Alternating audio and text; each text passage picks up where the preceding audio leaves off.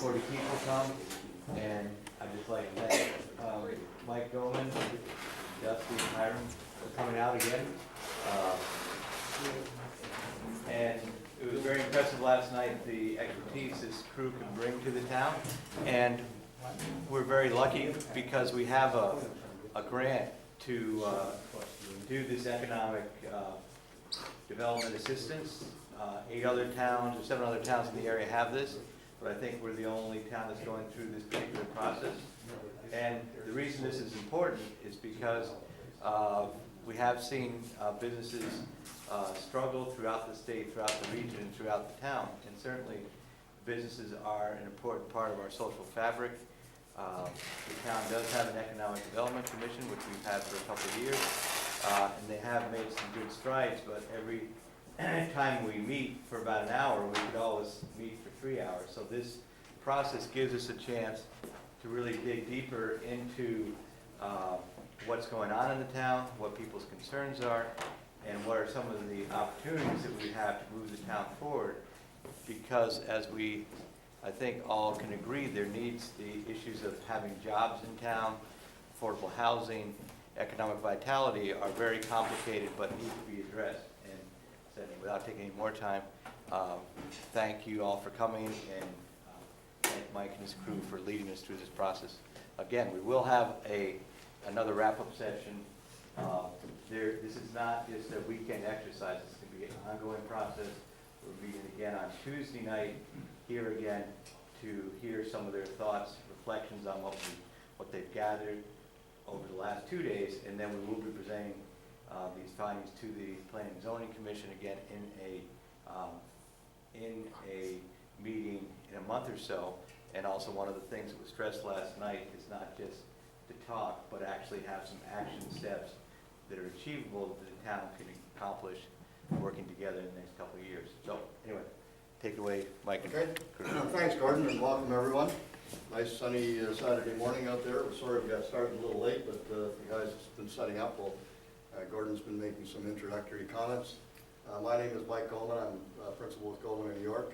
I want to start off by thanking a few people, Gordon Ridgway and Janet Carlson here from your town, from Cornwall, for being our day-to-day contacts and working with us here in Cornwall. Mike Croft, who's the principal here at the school, who was kind enough to let us use his facility, and Jocelyn Eyre, who was here last night but wasn't able to be here this morning. Jocelyn is one of the directors at the Northwest Hills Council of Governments, and she's, I guess, technically our boss. Northwest Hills Council of Governments is the group that got the grant to hire us to do this kind of work in your town. So it's a pretty good gig for the town of Cornwall or any of the other towns that we're working in that it's almost zero cost. You get our time and help and advice at a real low price. So it's a good deal for the town. And Cornwall's taking full advantage of it, I think. They are, Cornwall. Over a lot of the other towns. Probably other than, yeah, that's right. Certainly the top among any of the towns in terms of getting feedback and a lot of dialogue and meetings and useful things that have been going on. So that's right. We've really enjoyed working with the folks here in Cornwall. We've been out here quite a bit, and we look forward to continuing to work with you as we go along in this process. As I said, my name is Mike Goldman, and I'm a principal at Goldman in New York. I've been doing this kind of work, I hate to say it, it always makes me pause, but more than 40 years now. Grew up in a small town, northern Ontario. I've been in the U.S. for 30 years, but I grew up in a small town and know what economic development is like in a small town. Worked in this field all my life and in commercial real estate. We have a practice, real estate practice in Hartford, East Hartford actually. We do traditional brokerage, commercial real estate brokerage work in one of our divisions. One of our practice areas is in development work, and in that area we do work for colleges and universities, for large industrial companies, and so on, mostly around master planning existing sites or older buildings or rehab of older buildings, that kind of thing. And then the third practice area is what we're doing here tonight, which is economic development work in municipalities. And right now I think we have 16 projects going on, including the work that we do in 8 towns. So we do a lot of this kind of work and really enjoy it. With me today, just to introduce a couple of people. In the back of the room in the green shirt is Dusty McMahon. Dusty is a planner, architect, and landscape architect, and these are his aerials out here. He's going to do some sketching with you as you had some ideas, suggest some things later on. Dusty has a long experience. He and I have worked together for 15 years. He's worked all over the world. If you see what Dubai looks like today, Dusty was over there many years ago, several decades ago, I guess now. And a lot of the original planning and construction around commercial real estate, and as Dubai really started to emerge, came from his hands. So he's had a lot of experience and great talent.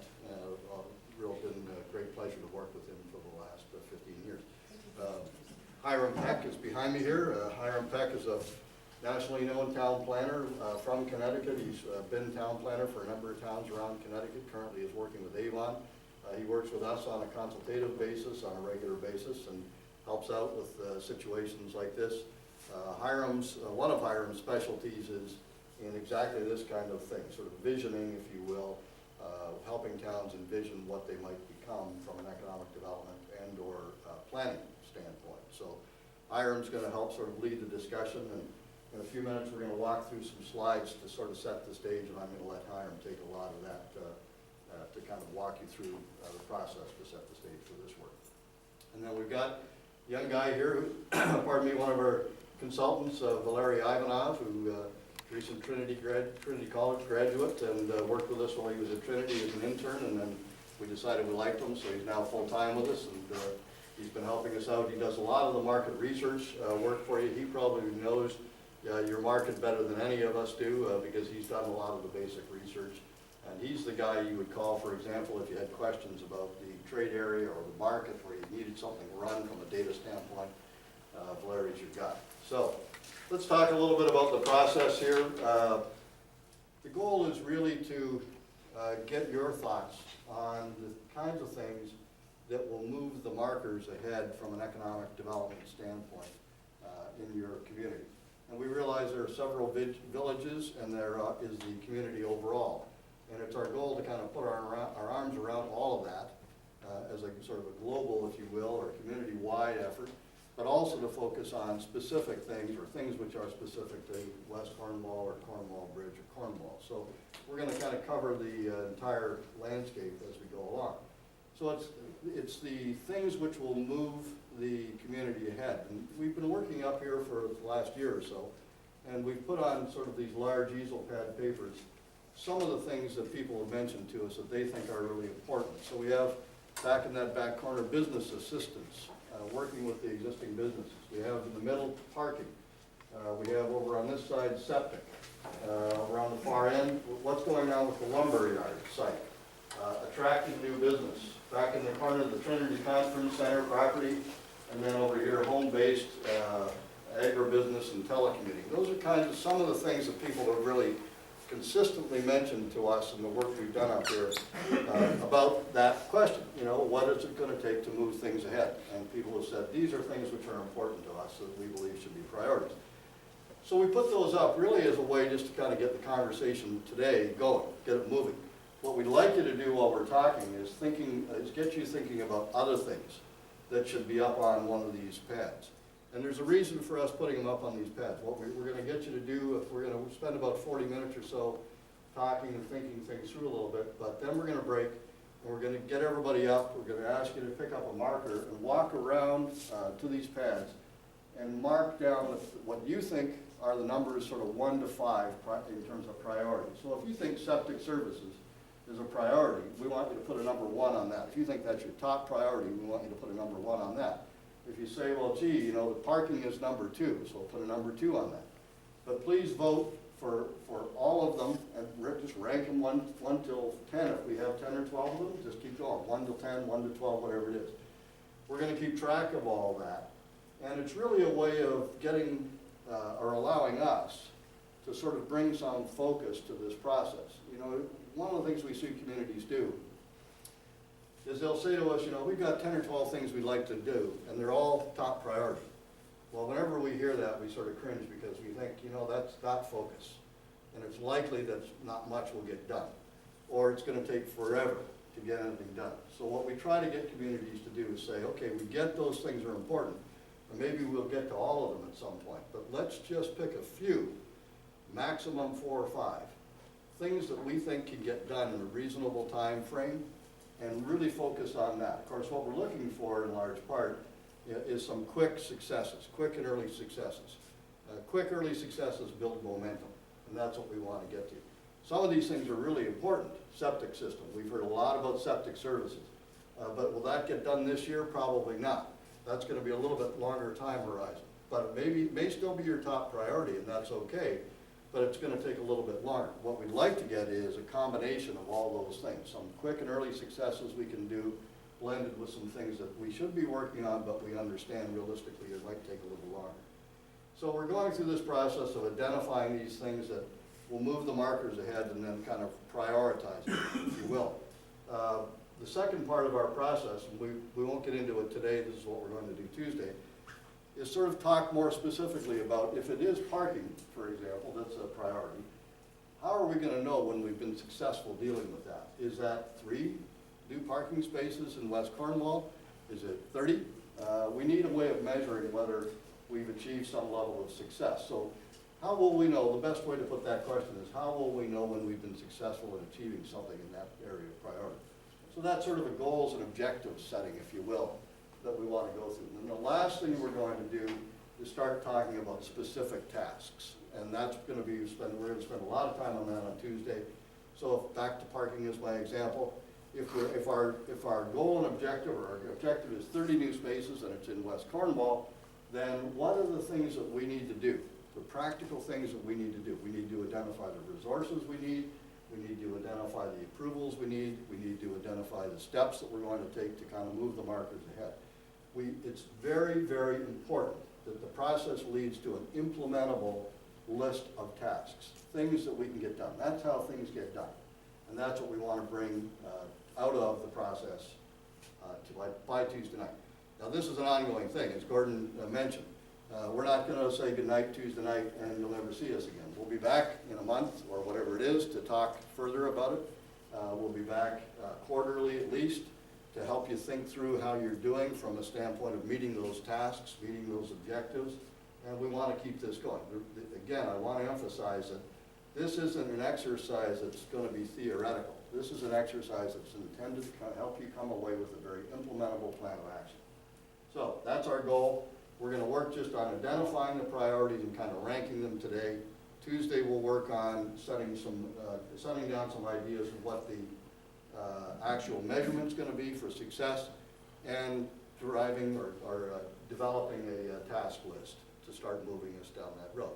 Now, all this stuff has to be a little bit fungible, if you will. The task list is going to develop over time because we're going to see subtasks and we're going to see things that we didn't get the first time around. That's okay. The important thing is that we're moving down the path toward a goal. So let's try to set the stage here fairly quickly. What's economic development look like? It's really, in our world, we usually refer to it as putting investment capital to work. Whether it's the capital that somebody in town, a business person in town has that they have and are willing to invest, whether it's capital that the town has, or capital that the town can get access to from the state, or it might be capital from a business outside of town that you're trying to attract. But at the end of the day, what we're trying to do is get people to invest capital, put that capital to work. We see some things about putting capital to work that we know are kind of common elements. One is that capital tends to go and be put to work where it can be put to work both quickly and easily. It's sort of like, I always use the analogy, it's kind of like water or electricity, in that it sort of takes the path of least resistance. There is an enormous amount of capital out there in the capital markets. Banks are looking for loans. We do work, in one part of our company, we do work for a little over 40 banks and credit unions. And what did I do with my water? We do work for a little over 40 banks and credit unions. And their big issue right now is finding places to loan money, both on a personal mortgage standpoint and on a commercial standpoint.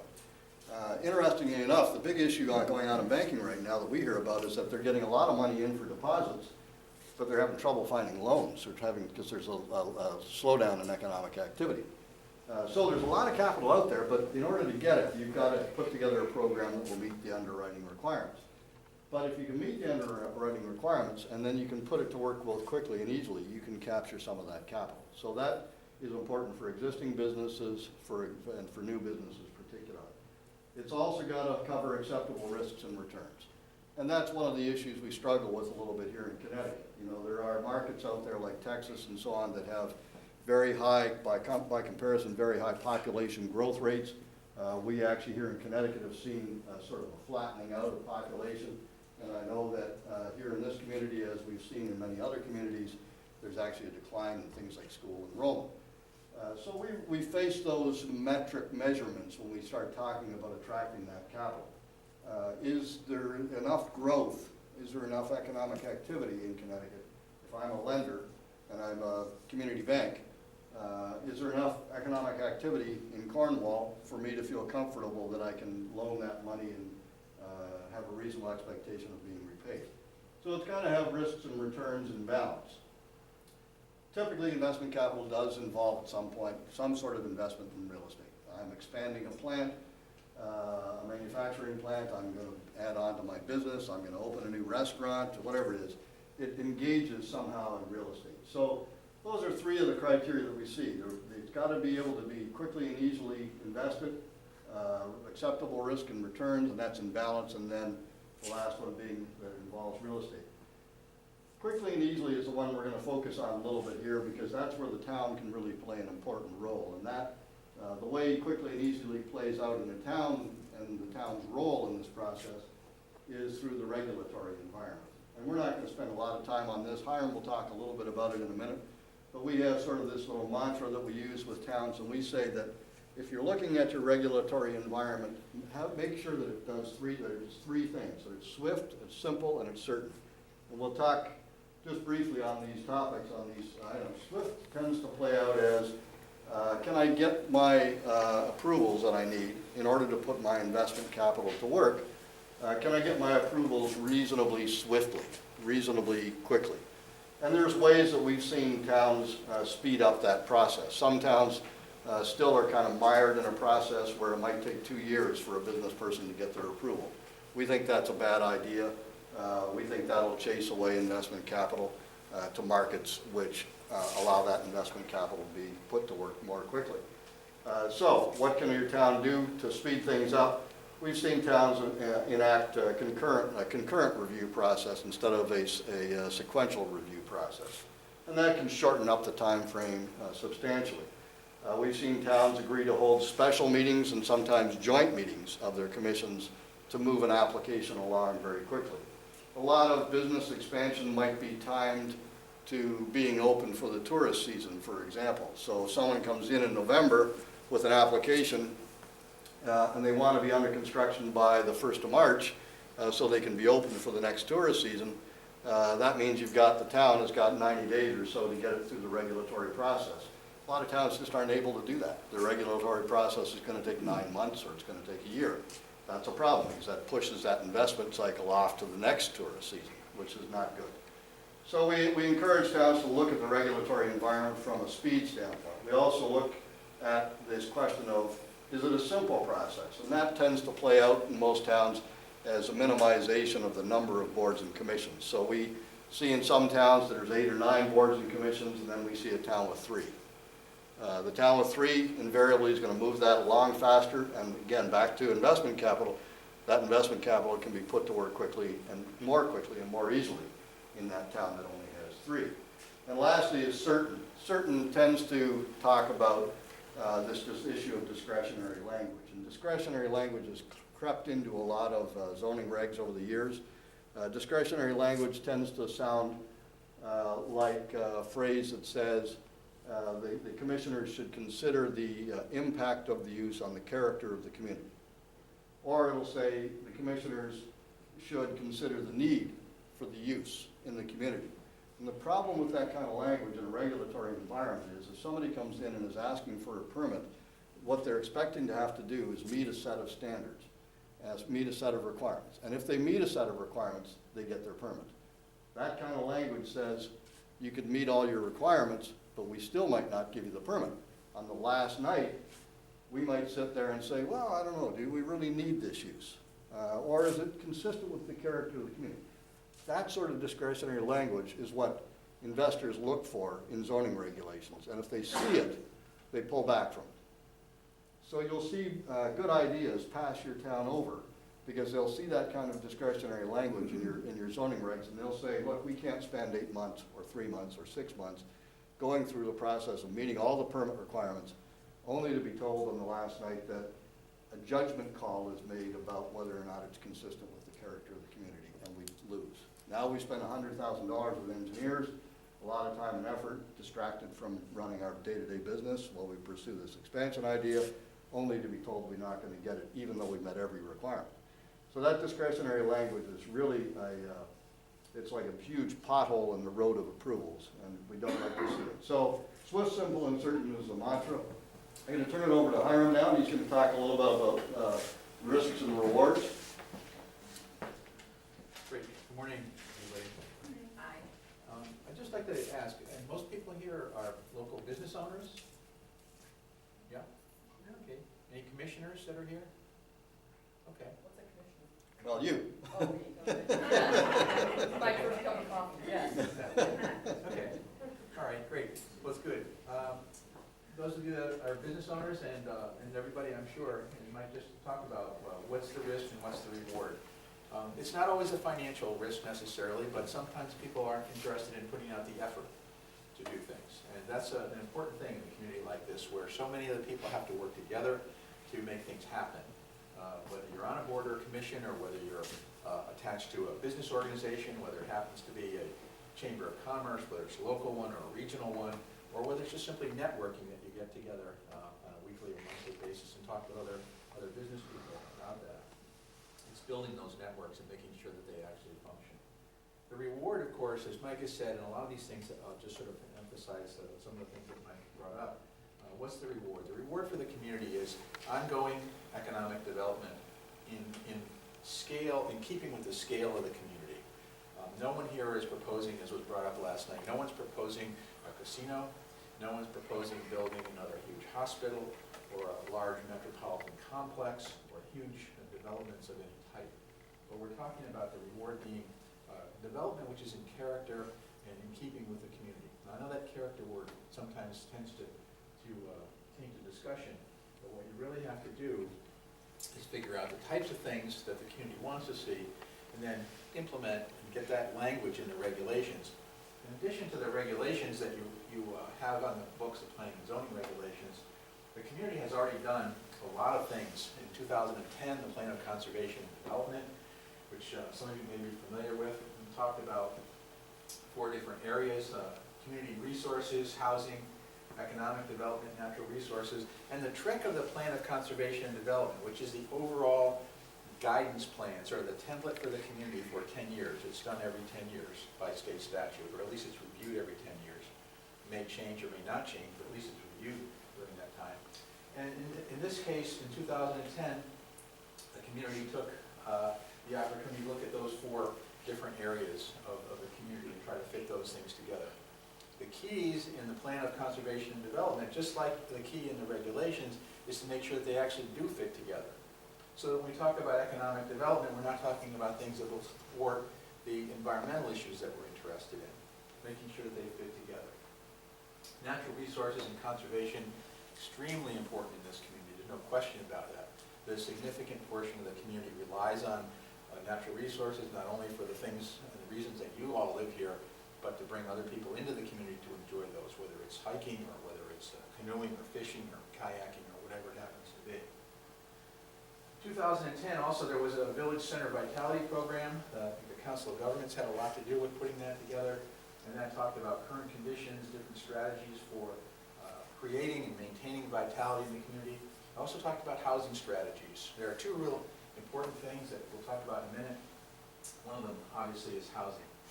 And then there's a formation of the Economic Development Commission and what actions can be taken through the EDC to move things forward. How long should we wait to act? Not long at all. As a matter of fact, probably should act as quickly as possible. How do we do this? The keys that I think are important with regard to success in this area are making sure that you understand a couple of basic things. lots of communities, perhaps more urban, tend to be oriented to separating community development, economic development. One is seen as private, one is seen as public. In small communities, they're the same thing. Economic development, community development can often be the same thing, and they can spur each other on. There can be a lot of dramatic outcomes that can take place if you're proactive in what you do. And I think the meetings like this, and this particular activity, shows that this community is in fact being proactive. We want to embrace that change. We want to make some changes, not huge changes, but we want to make enough small changes so that the community is not changed significantly, but it's sort of invigorated with regard to economic development. The third one is really important, and we want to make sure that we come out of these meetings and we come out of this process with what's considered a broadly held local vision. That is, that the significant majority of people feel strongly about what we're trying to do, and that what we're talking to you about is a broadly held vision. So there's not just one person or two people that feel that way, and then the process is obviously going to fail if that's the case. We want to make sure that the assets and opportunities of the community, whether it's a natural resource or whether it's a particular community resource, that those can actually lead to a more competitive advantage for the community. The last three are also important. Make sure that the local governance in the community, that is not only the Board of Selectmen, but the Board of Finance, the Planning and Zoning Commission, the Economic Development Commission, are all actually working together and partnering with regard to making these things actually happen in the future. It's important that these particular issues that are selected are looked at in a variety of different ways, but to also make sure that they have a long-term community impact, a long-term effect on the economic development of the community. It's great to achieve small things, but then you need to make sure that you use those as a basis for achieving longer-range goals as well. And then finally, a comprehensive package of strategies and tools is what will be developed as part of this process. So it's important that we understand that this comprehensive package all needs to fit together. And those things can find their ways into new regulations, Planning and Zoning Commission processes, they can find their way into the Plan of Conservation and Development, a variety of different ways. But that comprehensive package is very important for moving everything forward as well. So, as Mike said, what can we agree to do on now? The types of things that we'll be talking about in a few minutes I think will be important. There'll be things that are environmental in nature. There are some constraints with regard to some activities that people might have in mind. There are regulatory issues, whether it's a planning and zoning issue, or whether it's a state issue, or even in some cases a federal issue. We need to look at those regulatory issues and decide which ones we can address here and which ones we may not be able to address directly. There are always policy issues, political issues, and philosophical issues. There are some things that, even things that we brought up last night, that some people felt strongly about. Yes, we should definitely do that. We should address that particular issue. We definitely need to address the septic system, wastewater issues. We definitely need to address the parking issues. Well, how do we do that? How do we make sure that we're philosophically tied together so that we understand that we're working together? And then finally, as Mike pointed out clearly, there are some financial issues. My opinion is that if you really want to do something, if the community really wants to do something, that finding the money to do it is not the most difficult thing to do. It's just not. It may sound unusual, but that's my belief. So let's address some of these things right now. We will talk about some infrastructure issues. We'll talk about some traffic issues, marketing issues. You've got great marketing resources in the town, the ability to do marketing, and I think that's one of the most critical things that a small town can do, is really understand what marketing really is all about. When people come to the community for the first time, I must admit, it's probably a little confusing. This place called Cornwall Bridge, I don't see any bridge. I may be driving on it, but I don't see it. And then you have West Cornwall with the bridge, and it's a little confusing as to what's going on. So I think the way the community is marketed, there's a community, and I won't tell you which one because it's not a good thing. I was talking to them about signage, and I said, people can't find their way around this community. They don't really understand which way to go. And he said, look, if people don't know where they are in this community, we really don't want them here. Well, that's not the attitude you want to have if you want to encourage people to come into your community. So why don't we just change the signs? Swap the signs. Yeah. Absolutely. Cornwall, West Cornwall, Cornwall Bridge now. Absolutely. Well, think about it. And that's interesting, but that particular point is brought up in a lot of marketing studies. But I think that getting people to understand the community, get a feel for it, and what's in various locations, and where you go for different things, I think is really important. So that's all part of the marketing as well. And of course, cost is always an issue, there's no question about that. But as I said before, I think the financial aspect of these things can be worked out. Two underlying issues, in my opinion, the two key issues are jobs, that if people had jobs or were enticed here because of a job, that would be a very attractive thing for the community, no question about that. I also think that housing is often brought up as an issue. Last night we talked quite a bit about weekenders and folks that may come here, build large houses, and maybe they're not here. I think the latest housing statistic that I saw is that about 368 homes in the town are listed as vacant. Well, they're probably not vacant. They're probably only occupied on Saturday and Sunday, or maybe Friday, Saturday, and Sunday, but they're listed as vacant. So getting housing for a diverse portion of the population is really important, whether it's you as a business owner or you as folks that work for you or new young people that would like to come to the community.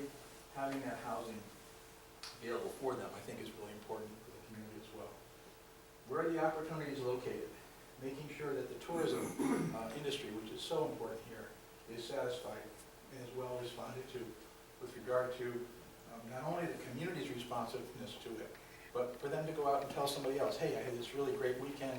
You know, we went to Mohawk, we went to this particular restaurant, we went to this particular store, we saw this great article that we bought. And then being creative about how to make sure that those things continue on. That goes back to the marketing effort I mentioned before. So we're almost ready to list some of the specific goals that we have. We'll talk to you a little bit about that. Mike said we're going to ask you to prioritize them. And then we're going to assign some tasks. Between now and Tuesday, we're going to talk to people about who should be doing this, how do we get this done, and what's the easiest way to get this done. Some of them, and we would like to accomplish some of them soon, and some of them sooner rather than later. It's important to get things moving forward, and then start over again, we'll do the same thing. And even after we finish this particular job, we'd like the community to sort of adopt this process, to sort of redo these things again and again. It's kind of like your hair, you know, you wash it, you rinse it, you start over again the next day, you do the same thing. Same process. So any questions at all, please feel free to ask them at any time. We'd like you to talk about looking at things that are sort of achievable. It doesn't necessarily mean that because it's a long-term project or expensive that it's not achievable, but just keep in mind that we need to put those priorities in order. Persevere with these things. It's not something that just because I said it once and it didn't happen, we're going to give up on it. Persevere. And build on the successes. And as I said last night, and I still believe this even early this morning, you just got to love what you do. And if you like what you do and the community is behind you and you build some support, there's a synergy there that I think is really, really important. So make sure that that's part of what you do as well. All right. Thanks, Hiram. On this building on your success, we are fans of what we call many successes. We see a lot of communities that we go into that think that there is one big project that's going to transform their community. It's a big development of some kind, whatever it might be. I think I threw out casino last night. If you want to do a casino, we'll give you the name of a casino consultant. We don't do that kind of thing. But we're not believers in big glamorous projects that take forever to get approved and suck up a lot of the economic resources and create all kinds of controversy. We're more in the field of what I said earlier, many successes. Looking at a lot of things and moving the markers ahead every opportunity to get over a period of time. Keep in mind that if you were to look back historically at school enrollment or population or whatever it might be, it might be 10 or 15 years ago, Gordon, when enrollment here at the school was 200. Yeah. So, what we're trying to do is reverse a bit of a decline, if you will, and this is happening in a lot of Connecticut communities, so it's not exclusive to Cornwall by any means.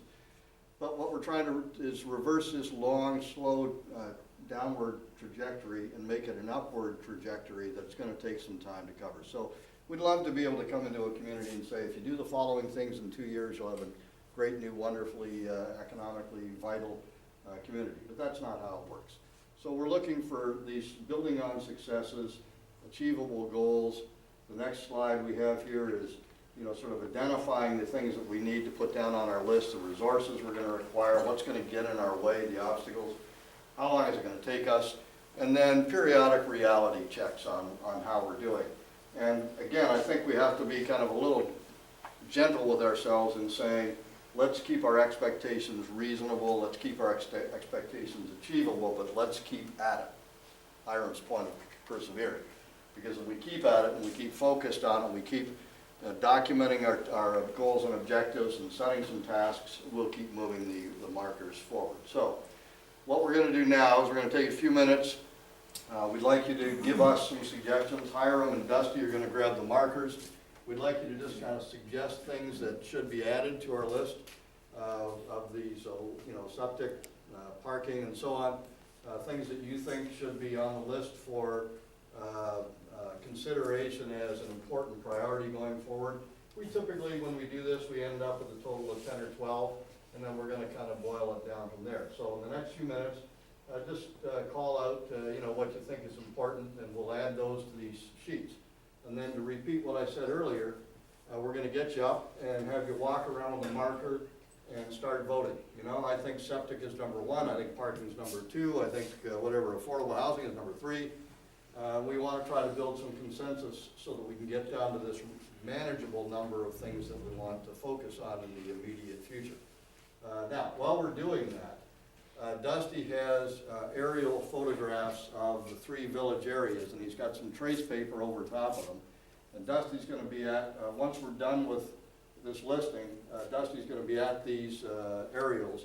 And if you have thoughts about configuration, we heard some comments, and this is very typical for the kind of work we do.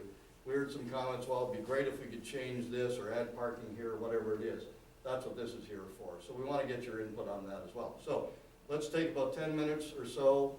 Let's spend some time focusing on the things that aren't up here, but which should be. And then we'll take a break. We've been at it for an hour or so. The restrooms are out the door right and left. And then when we come back in, we'll get to work on the aerials. And we'd like you to start walking around and voting on this. And we'll spend about half an hour doing that and then get back together. So, what's missing from our list here? Ian Ingersoll. Okay, so I'd like to say on behalf of, I think I'm speaking on behalf of the businesses in West Cornwall, we're specific to West Cornwall, that parking is not an issue in West Cornwall. People in the town government seem to think that it is, but it's not. It's not for us businesses. It's not a handicap to our businesses. I don't care if the coffee shop people park in my parking lot while they go have lunch, and vice versa.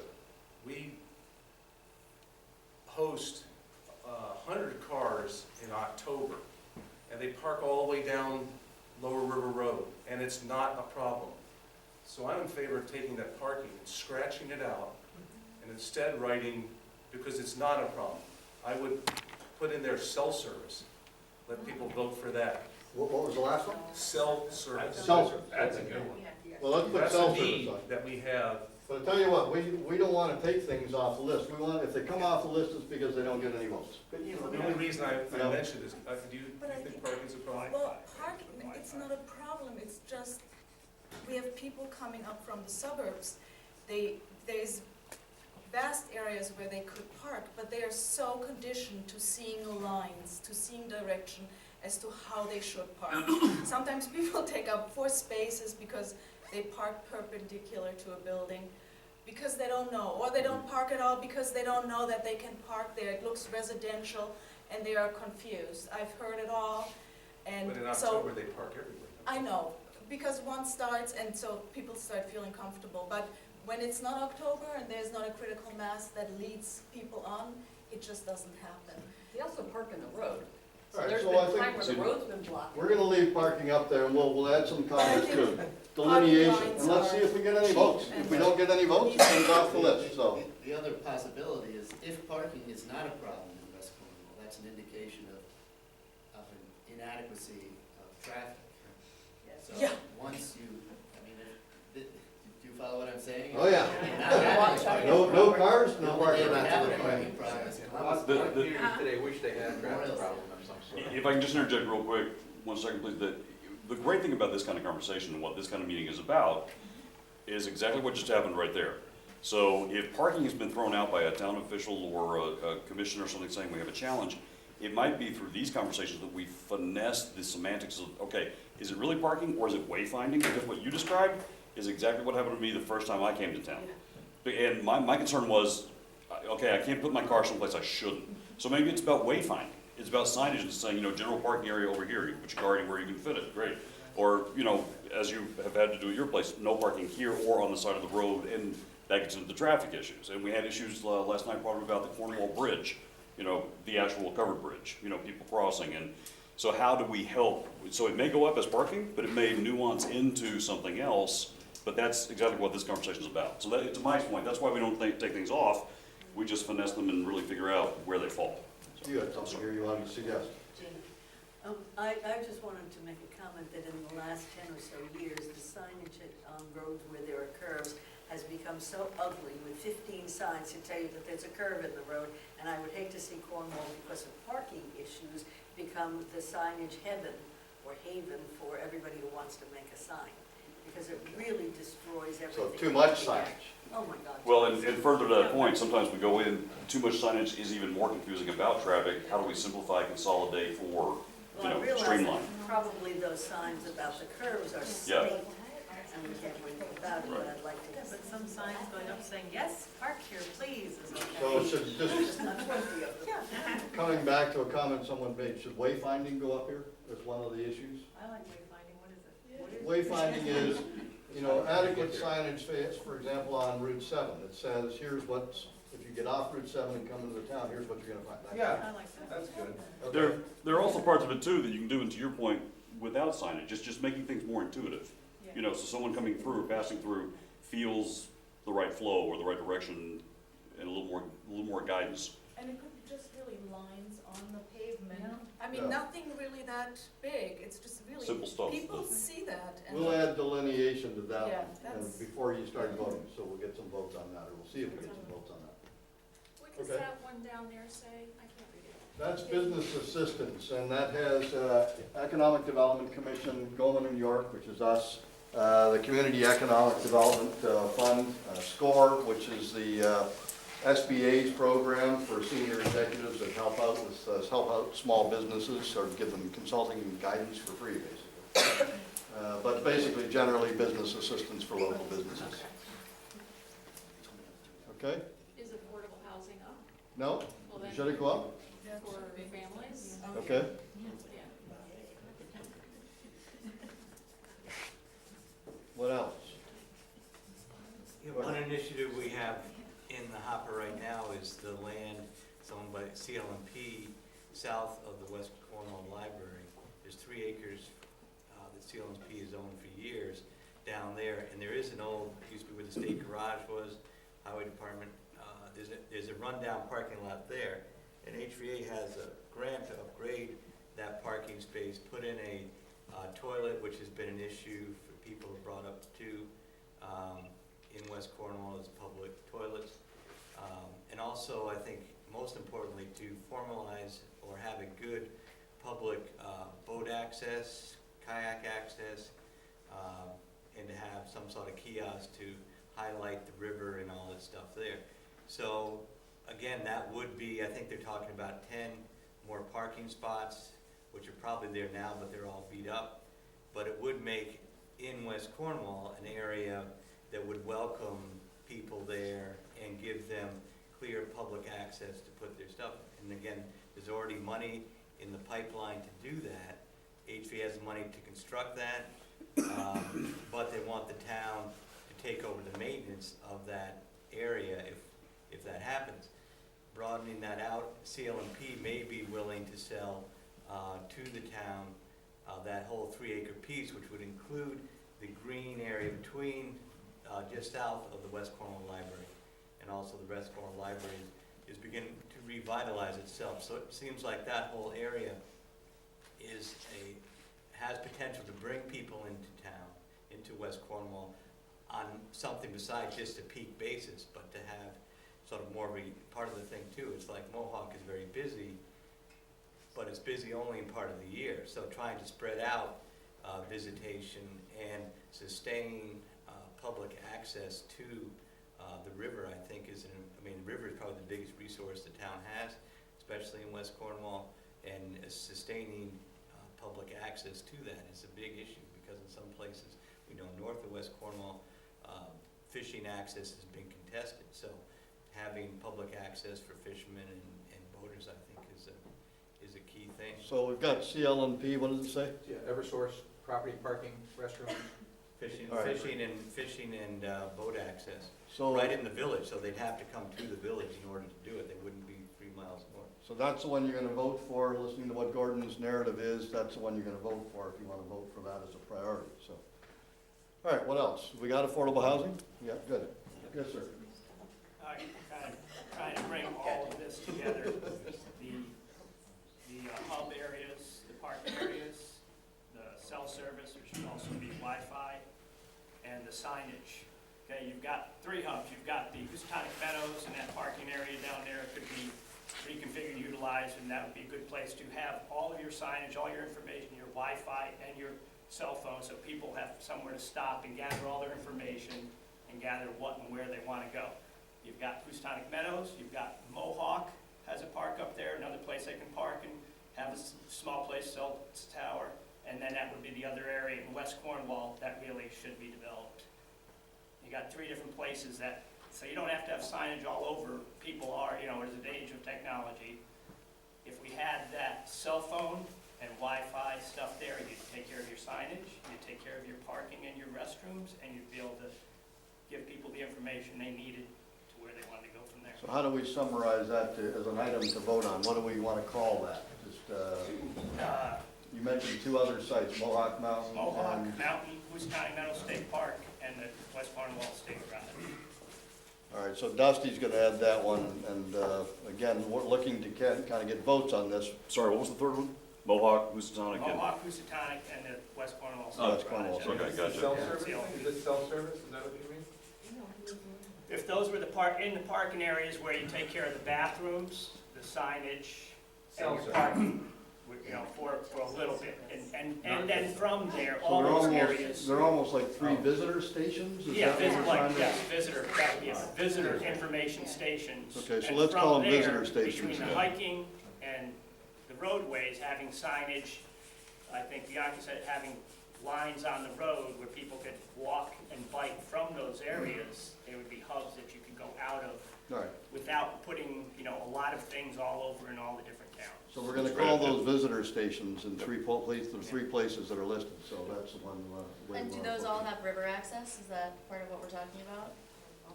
That they, Or well, not just recreational river access, access, but I mean. access to everywhere and somewhere they can gather information and then go from there, whether it be, then they can go either walk, bike, or drive, and how they would do that. So you could, like they have those, on our hiking trails, we put up the little, whatever, kiosk Yep. with everything on it. Let them know, you know, how they can proceed from there. You know, that's an interesting idea, and you could do some really good Cornwall branding around those stations too, the visitor stations, you know, that would sort of give you Cornwall identification in those 3 spots, which We would be might want to great for have local bike racks there businesses. too, if we Yeah. had parking Yeah. for bicycles. There's some very cool Because things we you had could do huge with that. groups of bicyclists come through. We might as well just build a path, I mean, to connect all the villages together too. What about that? That's been discussed. Two things that I just want to bring up that didn't come up last night, I just wondered how people thought about them. I think that in a community that doesn't necessarily have tons of money to spend on things, but has a lot of resources, there are events that you, I'm sure, have from time to time to invite people into town. I've seen in other towns, agritourism events, for example. One that, you know, was in Bethlehem last year for the first time. I mean, it was in the middle of a field. It was an incredible event with people from all over, tons of license plates from New York and New Jersey, as well as Connecticut plates. Events and the coordination of those events is incredibly important. It doesn't require an awful lot of physical development sometimes, but it requires that networking that I spoke about earlier. So that's one thing I'm wondering if you're interested in. The other thing that's interesting in too, Mike knows this as well, is that in communities where things are sort of spread out, a cell phone tour, an app with a cell phone tour on it. Say, well, you're standing in front of this place here, you know, if you go a quarter of a mile in this direction, you're gonna find a great place to eat. Or you're gonna find the entrance to the trail to the park. Or what, you know, you're gonna find the entrance to Mohawk here, a half a mile, whatever it is. But a cell phone tour is really something that might be a possibility as well. It doesn't require a lot of infrastructure, it just requires some putting together to get people from one place to another that you were just talking about. So that's something that might be of interest I'm gonna ride the coattails of that one real quick too. I love this idea, seriously, and in two big regards. And one thing is like the cell phone tour. I think a great way, again, when I first started coming up here, in my own head, I found those places that I knew I had enough cell service that I could make calls or check my email. So I'd be on the side of the road or in somebody's parking lot, didn't know if I was in the way, doing it. To have those and have at each one of these a map of, I'm gonna sketch this during the break, a map of not just where you are, but the other ones where you have that connectivity, the links between the three villages, the region, whatever it might be, how big it goes. Bradley Airport has, most airports have the call place where you can pull off, wait for somebody, but there's, help me with the word on this, the square that you can hold your phone up to, and my phone will take a picture of it, it's got all the dots on it. Yeah, QR code. There you go, okay, right, and even one of those things to tie you right into the link of or the app with, I think it's a great idea, so. We heard, one of the things that's not up here, but we heard about was some sort of Chamber of Commerce or Merchants Association that would get people together, the merchants and business people together on, say, a monthly basis to talk about whatever they want to talk about, but joint marketing and so on. Is that something we should be putting up here as worthwhile doing? It's a little unusual that the town doesn't have one, where we see most towns having some sort of association. We've had that. Yeah, Most we towns did On have many them, occasions. and they It's fell kind of apart. like, a redo of Groundhog Day here. Yeah, We're covering the same stuff over and over again that we've done in meetings 5 years ago, 10 they can, years ago. they can fall apart very easily. And They take people to. I would introduce one other thing, and that is at the risk of drawing attention away from the one and only real problem that we have for economic development, which is the septic situation in West Cornwall and the restrictions the life and death restrictions that's put on the village of West Cornwall that has caused it to be disintegrating fairly constantly and rapidly in the last 20 years. But another issue that we have brought up and talked about in town is, as far as a resource, is opening up the trail between West Cornwall and Cornwall Bridge. That may want to be on your list. Okay. The bike trail, is that one? Hubite Trail, it's called I that. think that's what. Sorry, how do you spell that? Right, the Hubite Trail. Short for Housatonic. Oh, who's that? Oh, Okay, that who, okay. okay, Hubite yeah. Trail. All right, There's gotcha. actually a group trying to, outside of town, wanting to do that as well. And is anybody here from that group? No, but I can tell you that the economic development chairs all along the Hubite Trail have come together and endorsed this. So we have literally, all the way down Connecticut, that the whole Hubite Trail, all the EDC people have gotten together. So that's a good one for the list, then. is That's a the great one. Hubite Trail list. Yeah. Did well for the military, I think.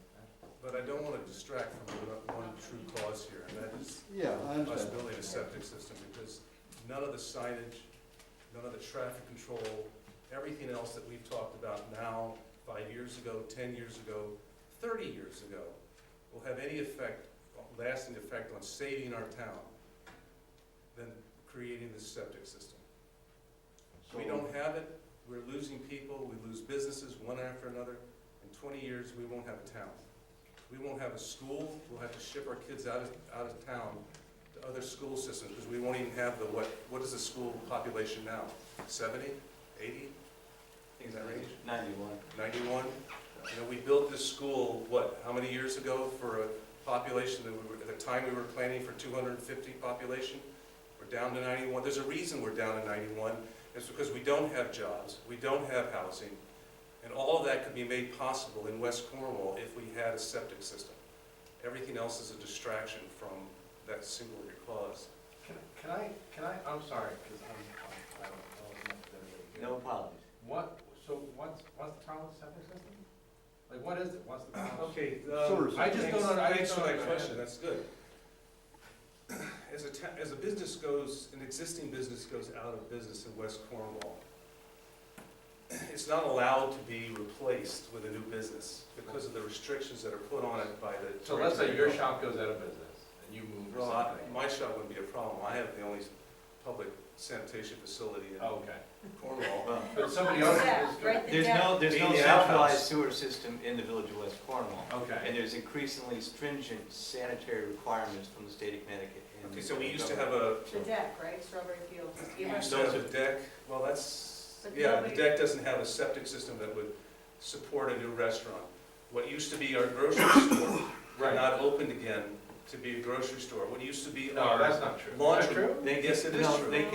They can open up. No, I know The it problem is, is they'd have to be. With restrictions. They'd have to be contained systems, pumped out systems. So the problem that you have is you have, if you have a septic system, you have to either restrict what the size of your operation or have an enclosed pump system, which is very hard to Which is operate. expensive to Very, do. to operate, very hard to operate. So your build-out costs are enormous. Correct. Yes, that right? so Like, I'm so talking over personally to restaurant. everybody who owns property on Main Street and on Railroad Square, Right. properties that are zoned to support businesses. Right. 100% of them want to see this happen. Sue Cochran's building that used to be a restaurant, failed septic system. But Can't you read still, it. And so they can't, no. no, you can open, you can, Yes. you can I mean, you open could that. build it up, no, there's no land there to be No, rebuilt. I mean, I've taught, there is a problem that we're looking into. You could reopen Sue Coachman's as a limited restaurant. Could you do everything on the site? No, but you could have it for, say, lunch and dinner, but there'd be a limit on how many customers you could have. So there are And restrictions. this is the problem, somebody comes into town, and I get them, because they touch base, because I'm in business in the village, and they want to open a coffee shop in the train station. And what do? They go to the town hall, and they ask, and the first thing they meet is, they're told about the restrictions that exist. This is why you can't do this. Go talk to area health. So they go to talk to area health, and area health gives them even more restrictions. This is the opposite of what I encountered 40 years ago when I came to town, and Maggie Cooley, who was the secretary of the zoning board, said, I went to her and I said, well, what can I do to start my business here? And she said, well, let me think. Well, then you can do this. So she was like, welcome to town, this is what we can do to help you. That didn't cost the town anything, and it got me started as a business. Right, but you have to also take into consideration the fact that the sanitarians are there to provide a service in terms of public safety, and they're trying to bring everything up to. Oh, I'm not against them, and they've actually given us the answer that they saw. They're the ones that came to the meeting and suggested that we look at the sanitation facilities at the Salisbury School. I'm just trying to address what the tension is between modernizing all these businesses. There are a lot of homes and a lot of businesses, we were talking about it the other day, that are inadequate in terms of modern standards of public safety.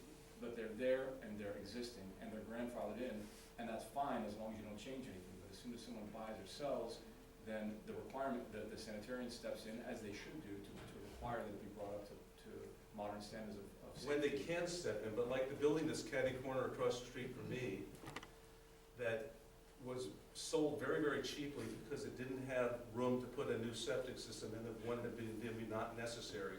Somebody came in from the city and they bought it, because they didn't think to ask ahead of time. And then they had a failed septic system. Well, Torrington Area Health can't shut them down. So they had the house, they used that house, and they use that septic system.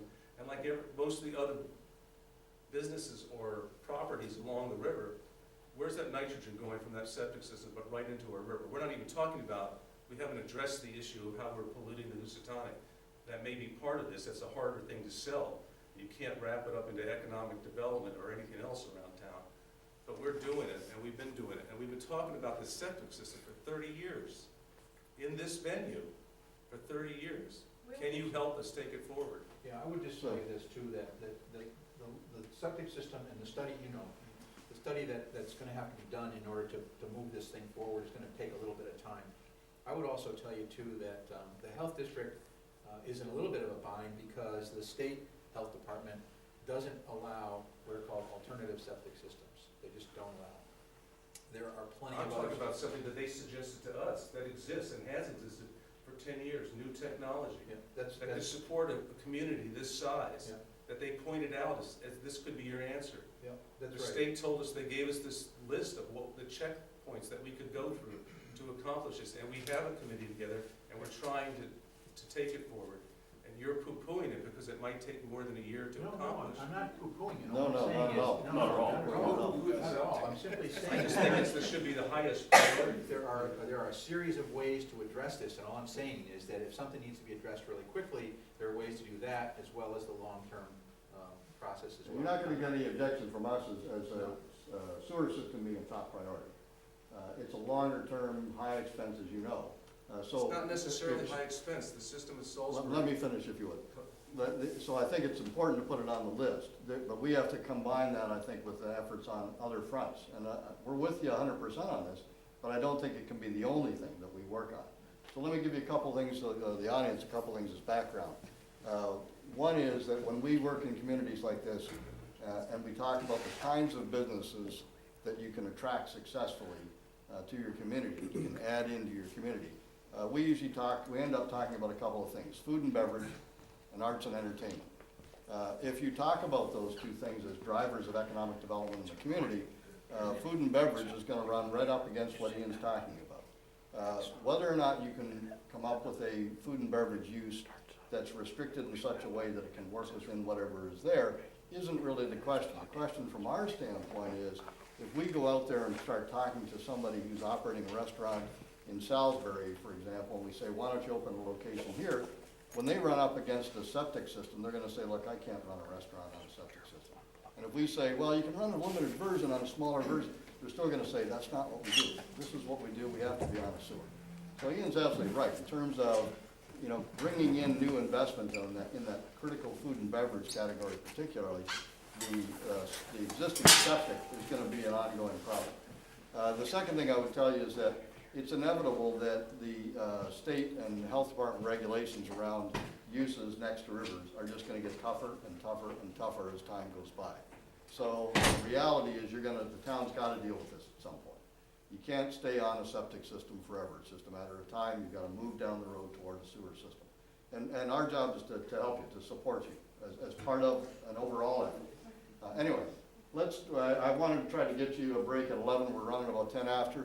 Why don't you take a break now? Again, the restrooms are out the hall to the right and left. When you come back in, we want to work on two things. Grab a marker and start going around the room. We'll pull those chairs away and vote for these things so that we can get some sense of what the community feels should be a priority. And when you're done with your voting, then come up and talk to Dusty here. Look at what he's got in front of you. Maybe we can talk, for example, about the visitor stations. That's a great idea. So take a quick break and come back in, vote, and then stand here with Dusty for a minute. Okay? Okay.